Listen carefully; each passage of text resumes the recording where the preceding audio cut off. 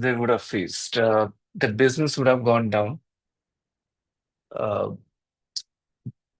the data of customers. Let's say you have an account with a particular brand, and that brand's data is now leaked. Now, your details, you are the customer of the brand, your phone number, your name, your address, everything gets leaked into the internet. Imagine that how what kind of problem it creates for the end users as well. So there was a time when cybersecurity used to be an IT problem. People used to think that, okay, this is not working, so let the IT handle it. And IT used to be an enabler where, let's say, you're not able to log in, so you raise a ticket and then your login happens. Um, that's it, right? It didn't have much impact on the business. But over the past few decades, things are all moving to digital world. So there was a time when, in order to get food, you had to walk to a store, walk to a restaurant and get your food. There was no involvement of internet in it. But what is the situation right now? Um, I think most of you are from KIT University, so you order it online, you have different apps for it, and it gets delivered in your hostel. I think for others who are from other universities, you also do the same thing. Even if you go to a place, let's say you go to a restaurant, you buy it, and at the time of payment, you make your online payment. So most of the time, we are making the transaction using something that has a digital presence, either an app through which you buy or the payment that you're making. So I think in the recent past, you might have heard some news about the UPI being affected by some kind of a glitch. It was not a cybersecurity attack, it was some kind of a glitch due to a lot of.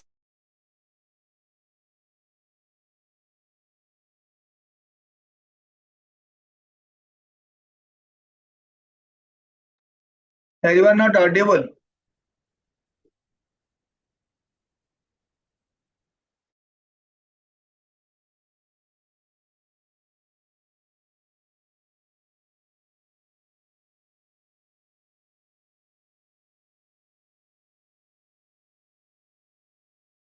Having a lot of favorite you will be having a lot of favorite online stores which from where you buy your clothes, new set of clothes, new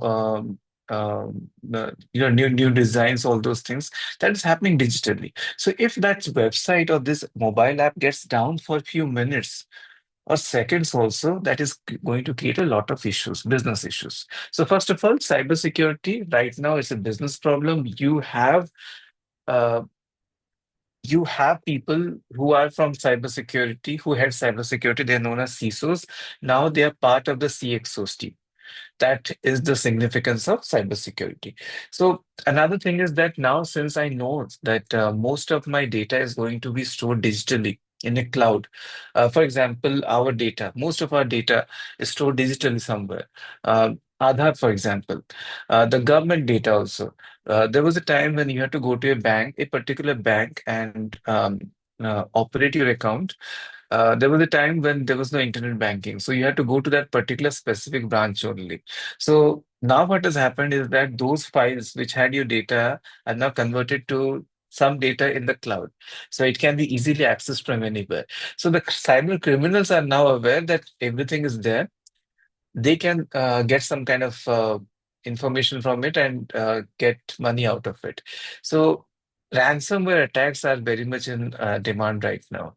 They're trying to lock your system online, and they're trying to get money from it, um, so that you can only access your data only after you pay the ransom. I hope you guys are aware about ransomware attacks. If not, please read about it. That is a big problem these days. So recent session which I was taking about social engineering for a 1,000+ group, uh, they had a ransomware attack a couple of months back. So I highlighted the point that today we are just a click away from a ransomware attack into our organization. Okay, so that's the thing. This is one such attack that we face. Then there is another thing is that so. Uh, uh, Privacy and compliance have become Okay, somebody's asked Python used for cybersecurity. I will come to this point. Okay, I will come to this point later. Uh, and I will try to clarify on that. Okay, privacy and compliance. So I hope you guys are aware about GDPR. Anybody who is aware about GDPR? If not, please read about it.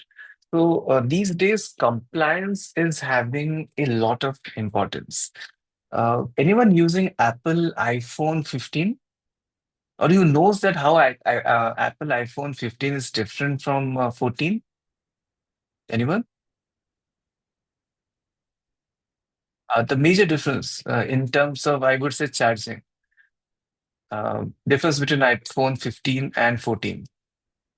15 onwards, you are having one thing which 14 and lesser did not have. Yes, C-type, yes. One has mentioned it correct. Yeah, others have also. So the C-type cable. So why it happened?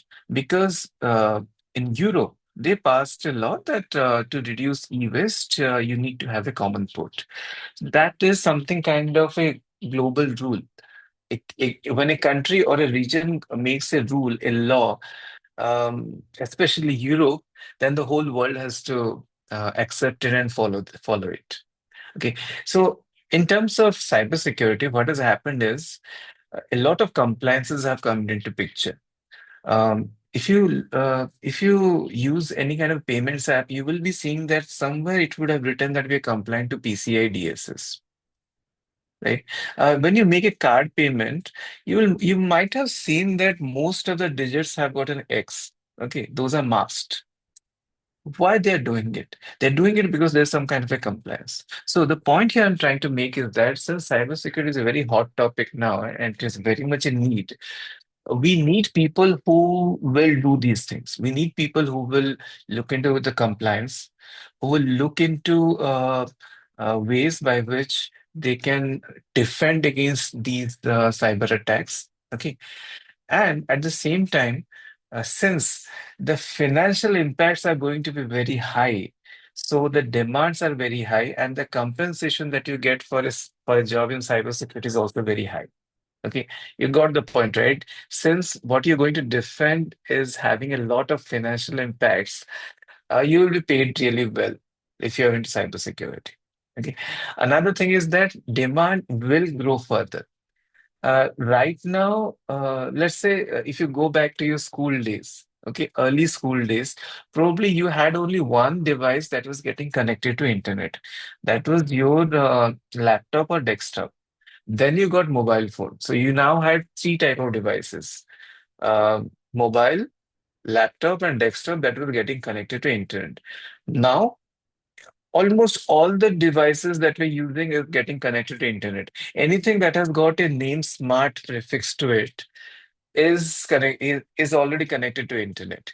So with more and more number of devices getting connected to internet, the risk increases. Those are known as, if you can say that these are digital devices or IoT devices, Internet of Things.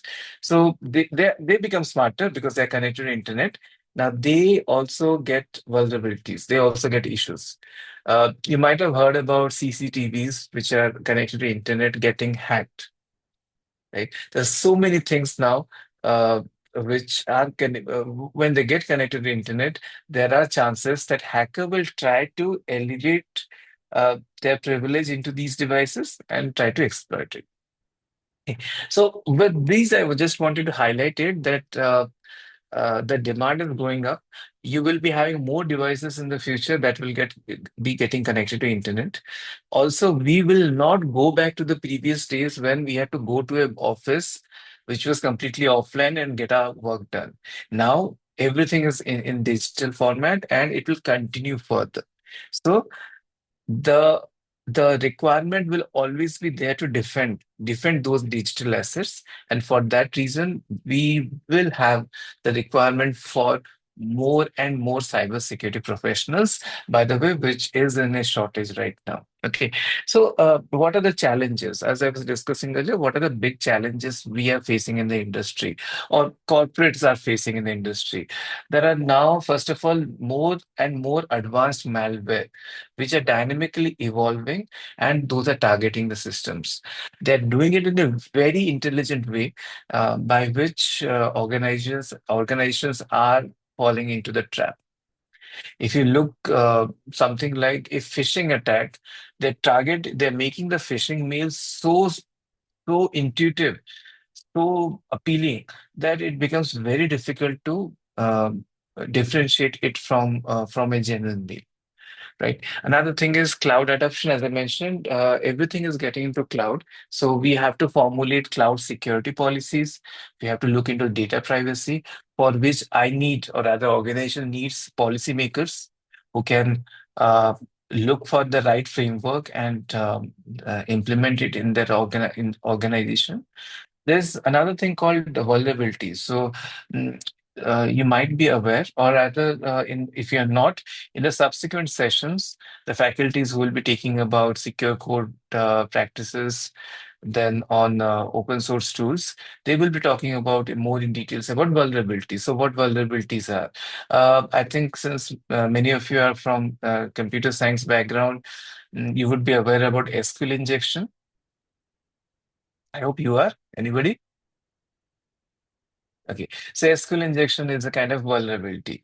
So here's an interesting read for you. Please go through a website called OWASP, OASP.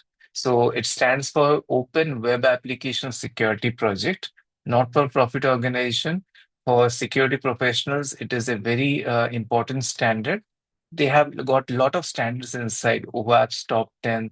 So there they talk about SQL injection and other vulnerabilities. Okay. Then next point is vulnerabilities, very important for somebody in security. If somebody says the vulnerability, then it catches our attention immediately. Second thing is, as I mentioned, stringent regulations and new privacy laws. India is also coming up. We are having our own privacy laws also. I think it is already done or it's still in progress. So, which talks about data localization and other things. Okay, very important.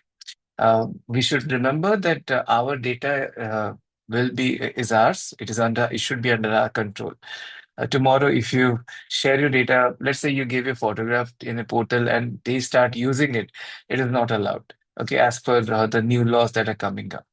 Then phishing, as I mentioned, it is something which is evolving day by day. I think most of you would have got phishing mails, which would entice you with some information like if you click on this, you will be getting this $100 gift voucher.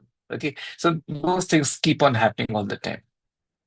Security by design. So I think you must be aware about SDLC, secure software development lifecycle. So we often use in security, we often use a term called left shift. So left shift talks about having security resilience right from the start of the uh, development. Okay. That is one. Then identity and access management. So I think I can talk about this thing right now. So, so you all are students. Okay, I can give the example of this session itself. So when I joined the session, I did not have the right privilege, because of which I was not able to speak. Then Sir elevated my privilege to host or co-host. Then I was able to speak. I was also able to share my screen. This is a very small example. Now imagine if we did not have such privileges. If we did not have any such privileges, everybody would have uh, shared the screen. Everyone, college days, I know, even I was in college, so there would be somebody who would unmute themselves and play a song. So it will create a very chaotic environment. Somebody will try to show a screen and try to draw something. So it will lead to a lot of chaos. Now imagine that if we do not have a proper identity and access management in a corporate, how difficult things would be. So that's another important domain of cybersecurity. So cybersecurity has got multiple domains inside it. Uh, Identity access management is one of them. Pen test is one of them. Cloud security management, then vulnerability management. So there are so many things that comes inside it. Today's session, I just wanted to tell you that what kind of prospects you can get and how you can get started in case you are very new to this field. Moving on, now something really big happened in 2020. So we had COVID, and um, it led to a complete paradigm shift in the way we are working. So in many of the organizations, uh, you might have heard about BCP, Business Continuity Plan. So they had BCP plan. The BCP plan would be something like if Bhubaneswar region is having a natural disaster, let's say a cyclone is coming, so Mumbai of office will work. So fine, it was always the way it was working. So if one region is down because of any reason, the other region will work. But COVID happened I mean, the scenario was as such that all the centers were down. People, as per the government rules and to protect ourselves, we all had to work from home. And the VCP plans which were there, it became like, okay, it can't work because many organizations those days had desktops only. So to get things done, they started dispatching the desktops to the people's to the associates' respective homes, and then somehow organizations started resuming their work. Now, what has happened is that although COVID is over, but again now there's some cases in India. um, Again, we are all back to the office, but still, the flexibility in working is still there. Many organizations still have remote working. Even today, I'm also working remotely. So, what has happened is when you're working remotely, you're working from your own internet, or it can be public internet. So that time you are outside of the company's internet. Now, the company's internet is generally some kind of a network which is uh, segregated from the outside world. So we have better security there. But after COVID, it became very difficult to manage these things. So you have your laptop at your home and you are connecting, let's say you're connecting to an insecure network. So the chances of security breaches increased, and there were more attacks actually. There were more number of phishing attacks than ever before within the few months of remote working. So COVID, I think it was March 2020 when the when we had lockdowns and we all had to work from home. So April, May, June, July, those were the months where phishing mails were very much it were very much in frequency. So so COVID has brought up that change. So now organizations have moved into way by which people can work remotely because something like that can happen again in the future. So uh, now it has become very difficult to manage the devices. So organizations came up with better ways of managing devices. We got more tools also. Like my organization, we got better tools by which even if we connect from outside to the office to our office apps, still we have to validate ourselves. We have to authenticate ourselves in order to start the work, right? So the challenges have increased now since now the work is now fluidic.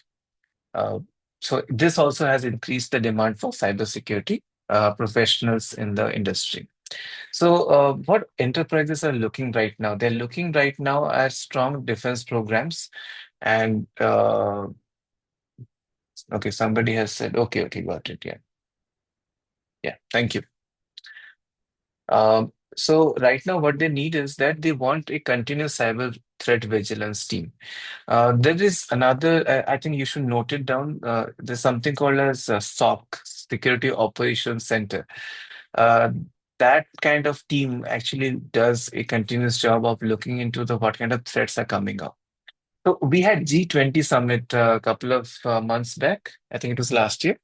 So during G20, it was found that there were a lot of attacks on the Indian websites, government websites, and our government, our departments, they work tirelessly to defend our digital assets from those kind of attacks. So organizations also, they need cyber threat vigilance. So security works in different layers of security, in different layers. And that if I can give you a better example, it is like an onion. So if you can peel the onion one by one, you will find that there are different layers. So we also in security, we also work in that way. Since the attacks are becoming very complex these days, so we feel we design the security in such a way that okay, if uh, they breach one layer of security, the other layers of security will work. So that helps us to avoid or to defend from sophisticated cyber attacks. We also enterprises are also they also need security professionals who can identify and remediate vulnerabilities. So let's say you wrote a code for a login page. Now I can find that it is susceptible to SQL injection. So as you mentioned, you guys are aware about SQL injection. So what you need to do to prevent the SQL injection? Remember, the developer may not have a very good idea about it, so you have to make the developer understand, right? So that is one of the skill set that is required. Compliant to new regulations and policies. So it may happen that so right now there are a lot of audits going on. Uh, in the audits, the auditor will ask that, okay, are you following these security standards? Now, if the application developer who has the technical knowledge only, he may not or he or she may not be aware about these things. So that's why we need security professionals who are aware about these policies as well and who should know that, okay, how should we implement it? Now, this kind of a role often have people who are coming from non-technical background as well.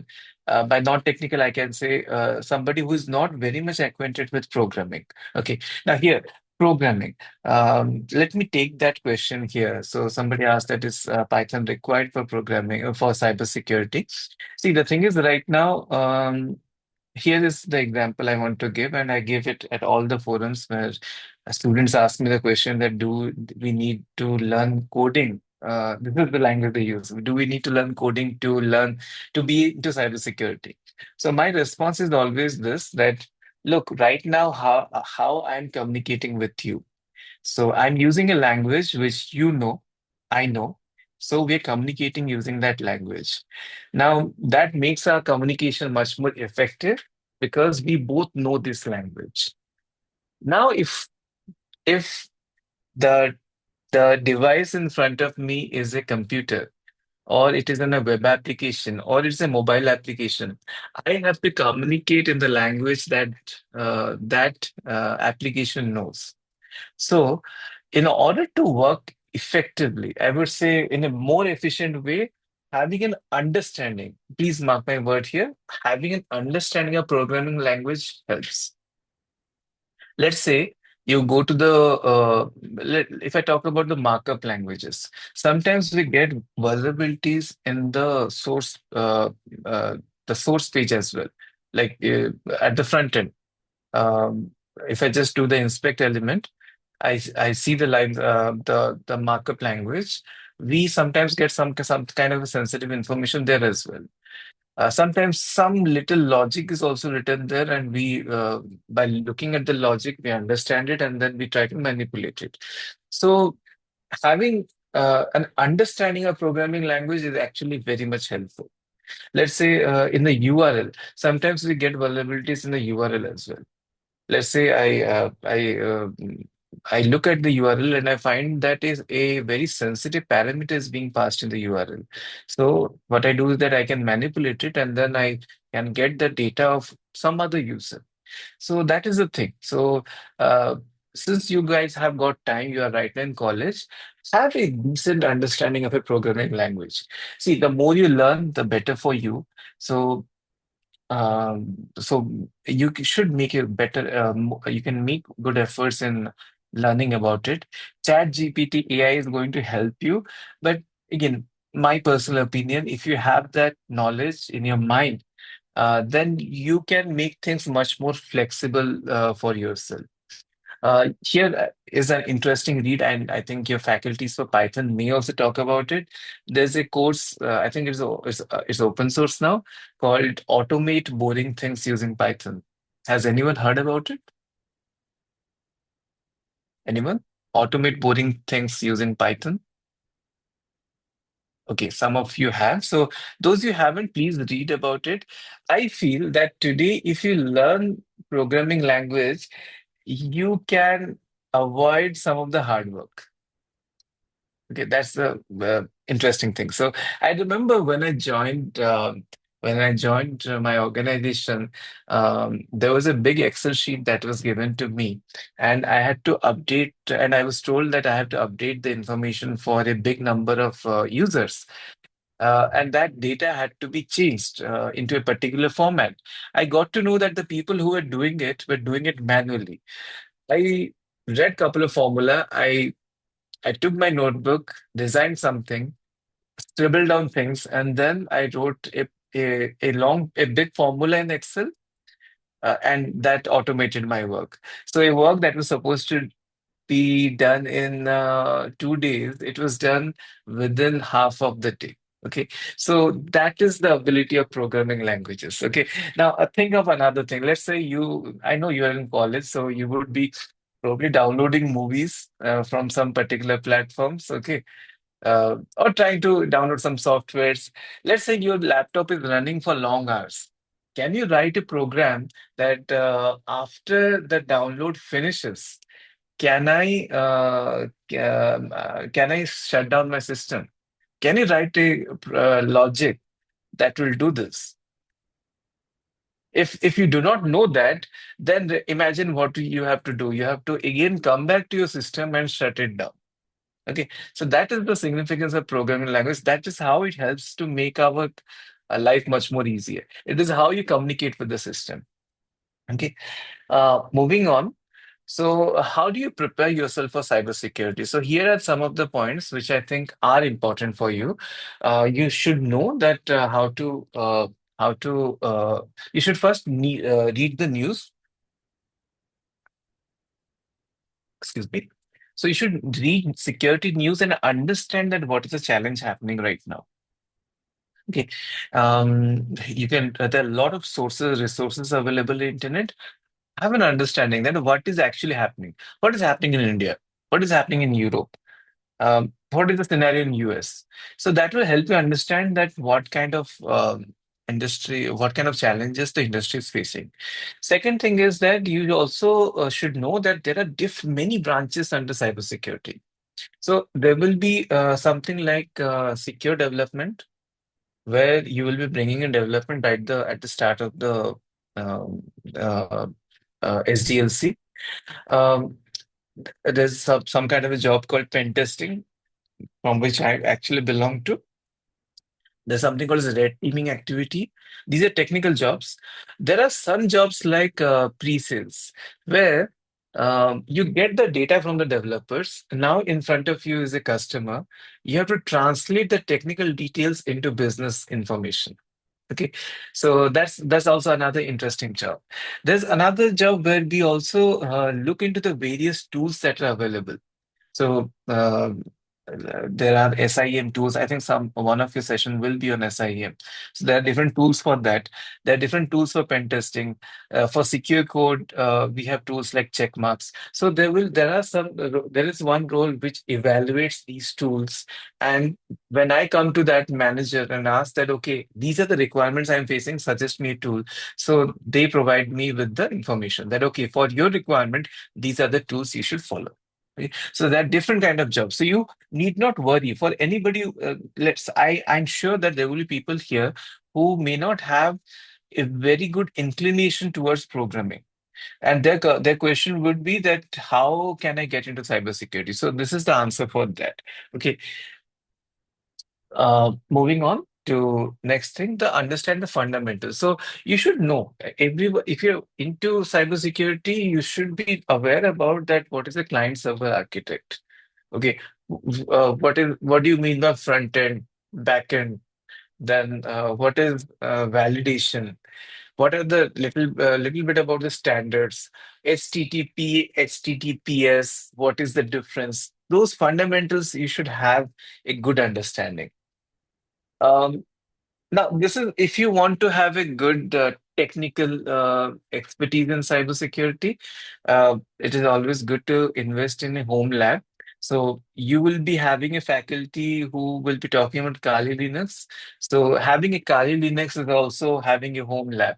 So basically, you will have a lot of tools with you, and where you can practice the um, cybersecurity activities like pen testing, vulnerability assessment. Okay. Now, those of you who are interested into this, and I think this will be also a little bit technical, if you can build a small web application or a mobile application, so there you will understand that how much it takes to build one. And I think it is a very good activity when you go for your placements. So during your placements, I have taken, I think, hundreds. Yeah, hundreds of interviews, okay, at various forums.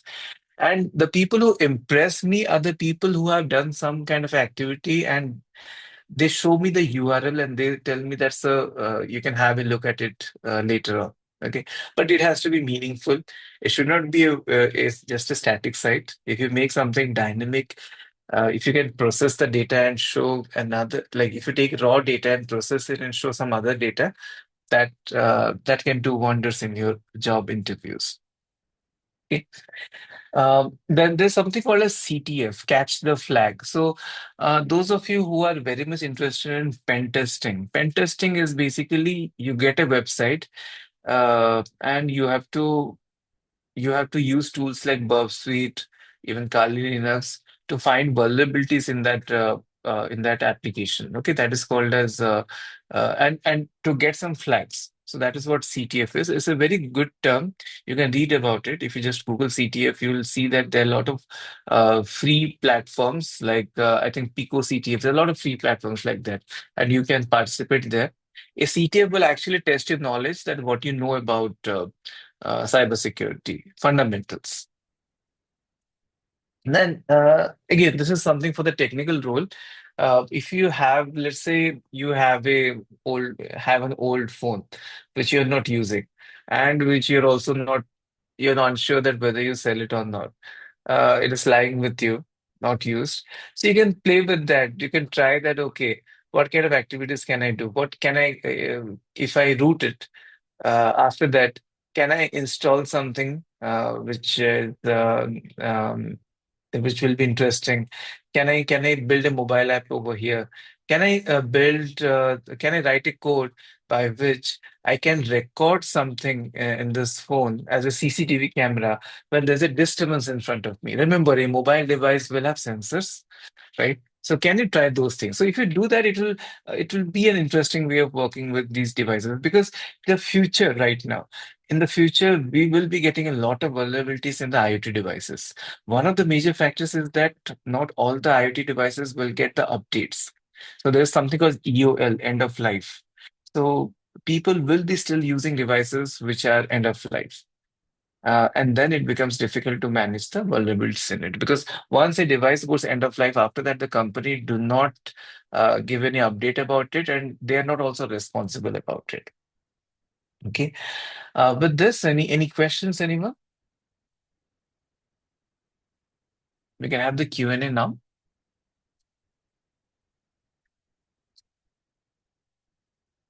So to summarize, I first told you about the industry challenges, how the world has actually moved into a very digital world.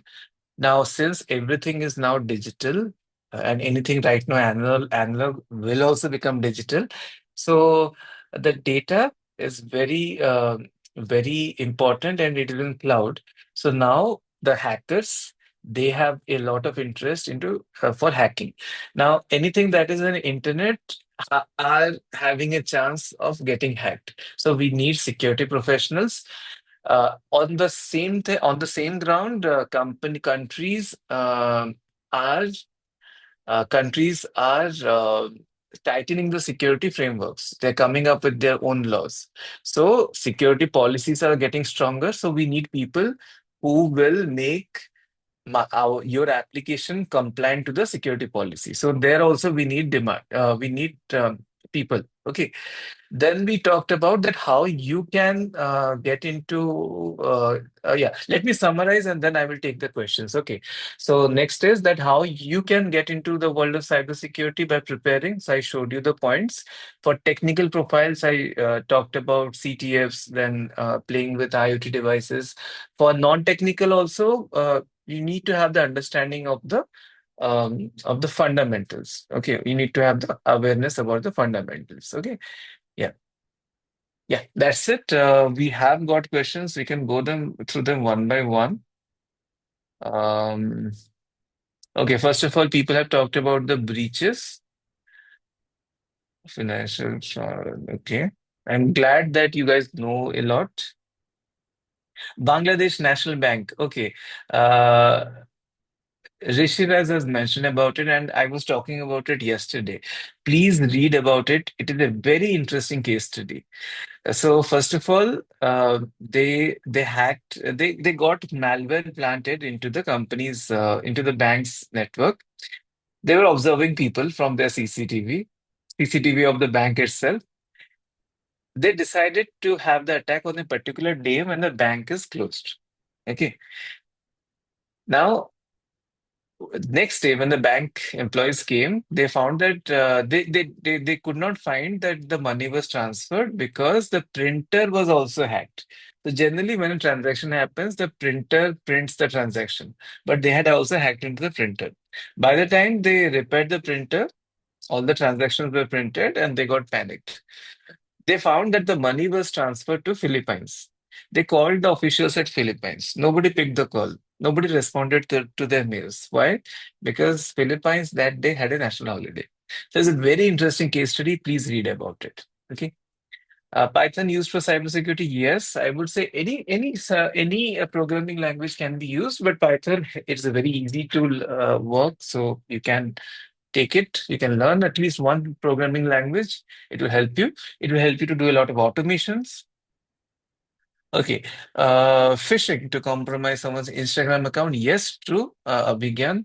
So all of you need to be careful about phishing. Okay, last 5 minutes, I will also talk about cyber safety. Okay. I will talk about that. I will have some questions for you, which you need to answer. Okay. Um, it's a book. Okay. Okay. It's a book. Okay. Somebody has mentioned about, okay, automate boring things using Python. It's a book. Interesting thing. I think your faculty for Python will talk about that. How many jobs were affected by automation? Okay. Do not have the statistics with me, but jobs were affected. Now also due to now it is better to ask the question that are jobs going to be affected by artificial intelligence? Automation is gone. Okay, that era is gone. Now it is artificial intelligence. So remember, please remember that a person, people ask that will my job will be replaced by AI? Uh, to that, my answer is that I'm not sure about that, but I know that your job will be taken by another person who is using AI. Okay. So the need of the hour is to use artificial intelligence. You should be aware about um, machine learning. You should be aware about AI, uh, LLM, large language models. And do remember that you don't have to buy things. There are LLMs which are free. Okay. Uh, Even the WhatsApp that you're using, you have got something over there. Okay. I hope you guys are smart to know about it. Okay. There is something free also there where you can ask questions. You can ask some kind of a data analysis and it will do it for you. Okay.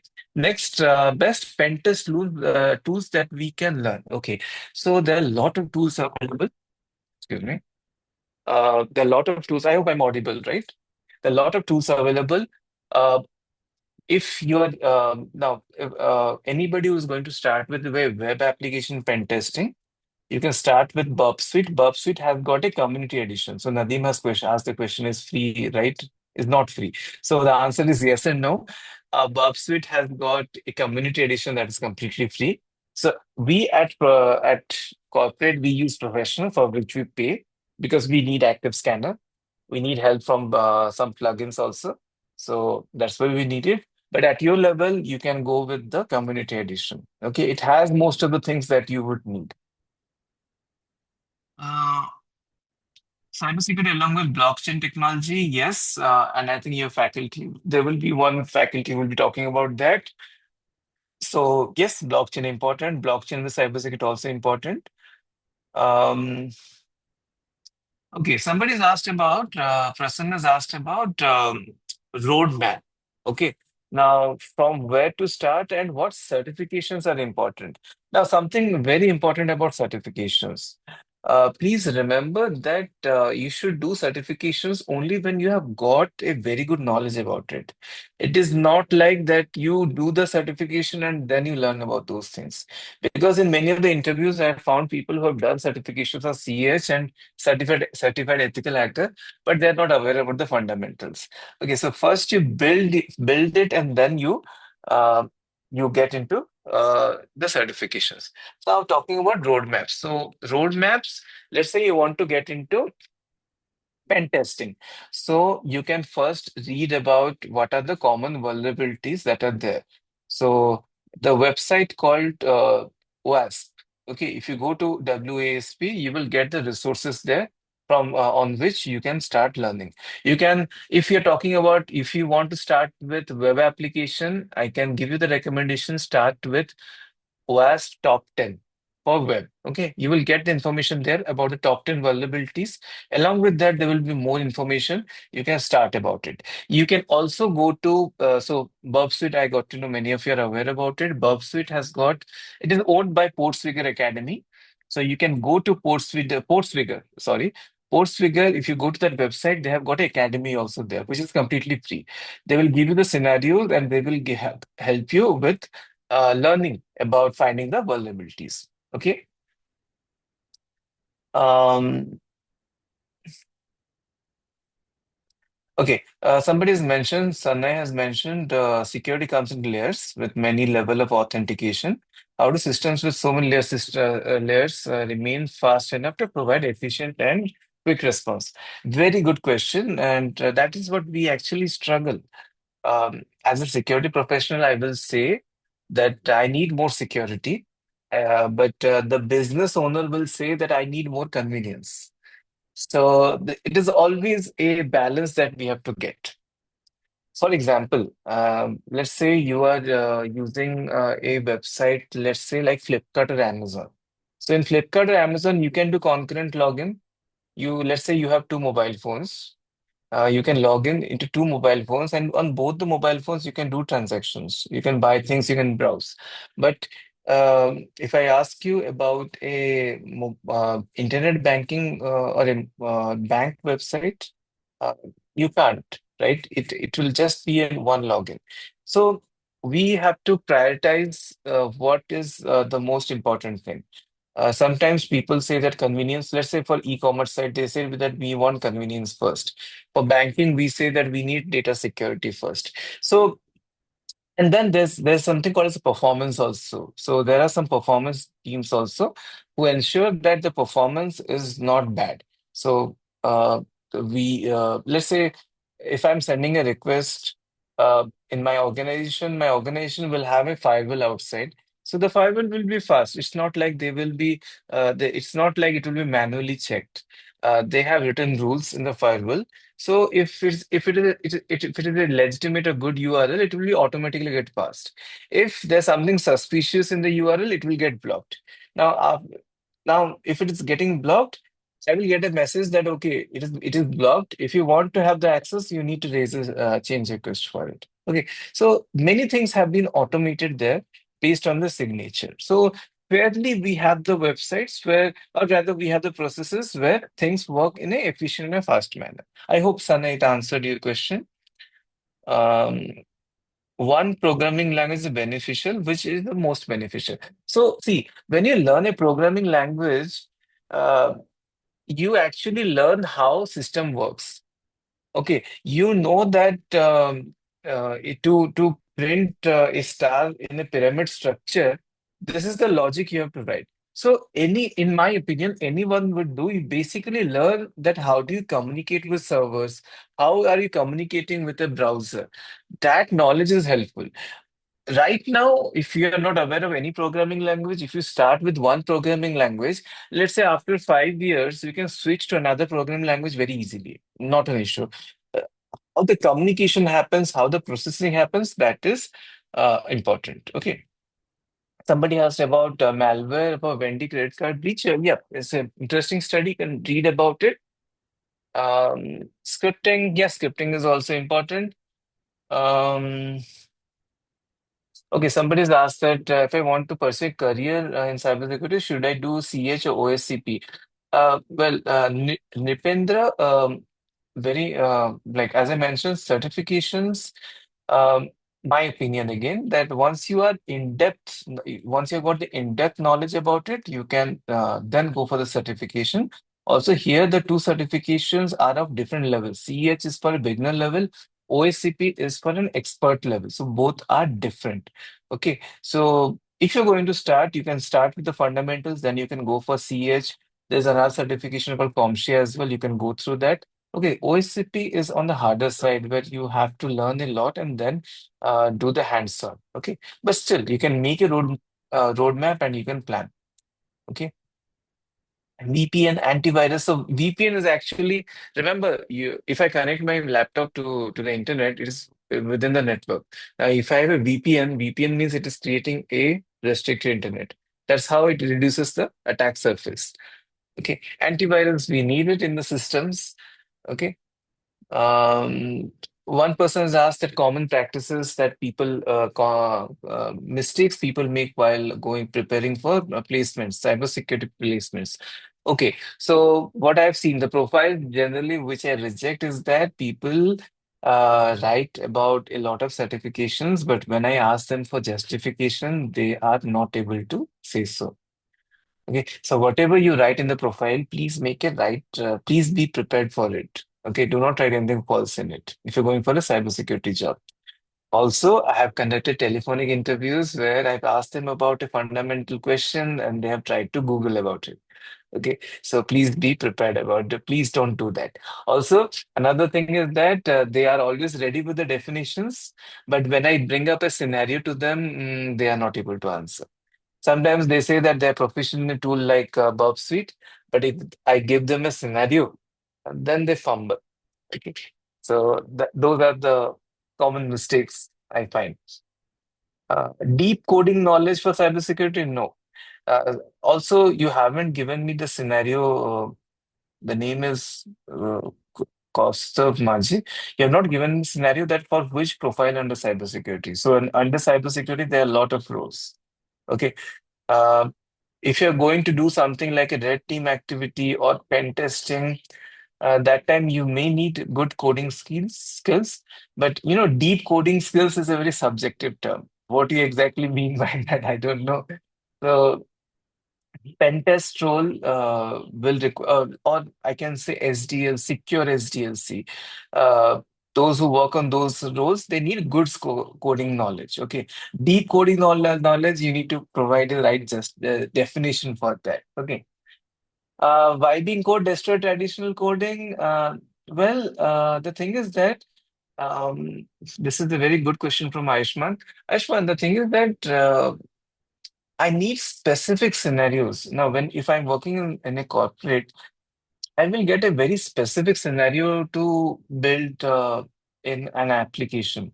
So vibe coding will give me, it will give me some response, but it may not give me that kind of a customization that I need. Also, vibe coding is taking the data from whatever is already written. Okay. Now there can be vulnerabilities in it. There will be a pattern in it. So still human interference would be required. Okay, same questions I'm finding. Somebody has asked about internship at TCS. So for that, you can, yes, we do have that at TCS. So what you need to do is that connect with your placement department. They will have to connect with the consent team at TCS. So a couple of weeks back, we had the internship at TCS. Okay.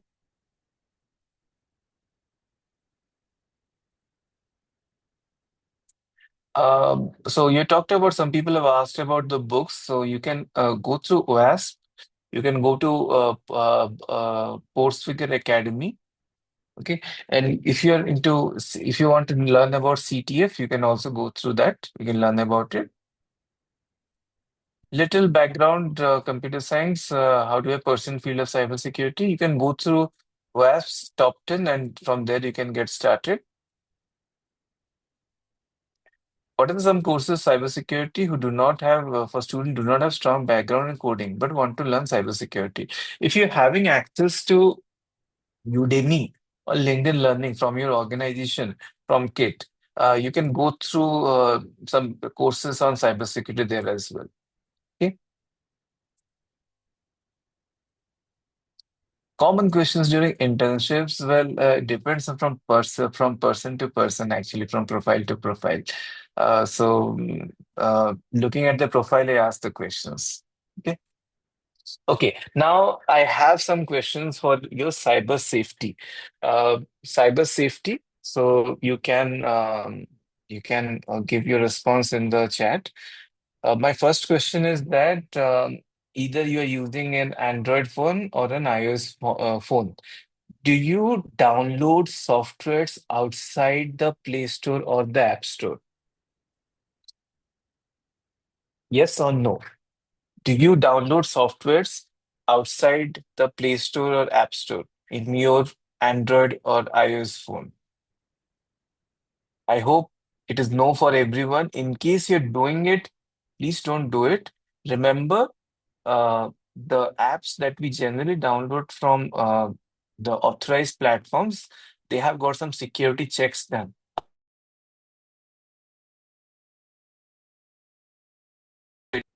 Um, Fine. Then I hope you guys have got 2FA enabled in your accounts.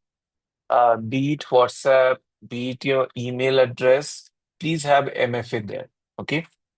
I hope you guys have got strong password in your phone and for your laptop, for your email. If your password is something easy for you to remember, please note that it is easy for others to remember as well. Okay, so please have strong passwords. Next question, and I think during inauguration session I talked about that. Uh, if your security question can be answered by anyone who is actually accessing your social media, please make the changes in it. Okay. Um, so for example, if your password is, or rather, if your security question is, what is your first uh, where is your birthplace? And if I go through your Facebook, I can see that your birthplace is Cuttack. I can easily answer that and I can get into your account. Okay. So please ensure that that is not the case. Okay. Somebody has mentioned password is strong, but it is same everywhere. My dear, please don't do that. Remember, somebody mentioned about Big Basket breach. Okay. So Big Basket, remember, if somebody is using the same password across, um, once it is breached in one platform, somebody else can use it with the other platforms that you're using. Okay. So please have strong passwords and have unique passwords. Okay. Um, I think those were the important questions. Yes. Please remember that the people around you, your parents, senior citizens, they are the people who got digital devices much later in their life. Okay, so they may not be very much acquainted with the digital platform. So please help them with the security awareness as well. Do let them know that they need to have the right PIN for the device.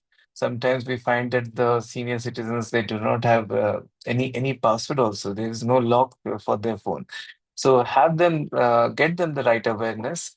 Um, I use something called as Google Family Safe for my parents. It helps them. It helps me also.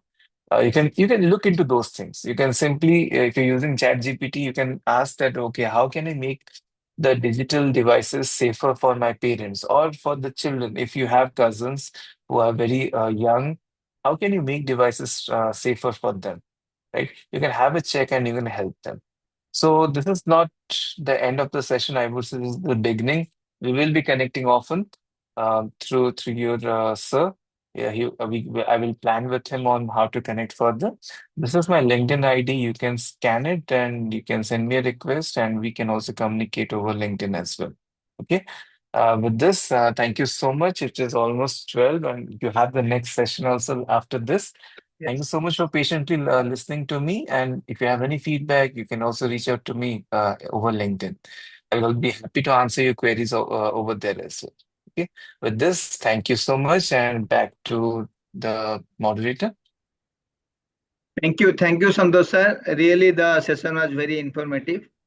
Yeah. And definitely, as I told, means after the summer school, if anyone interested to Mhm. get some knowledge or want to do some short projects or internship, definitely I will contact you and I Yeah. will request you to help them. Thank you, Yes. thank you, sir. Thank you very much. Thank you. Now over to Pratyush.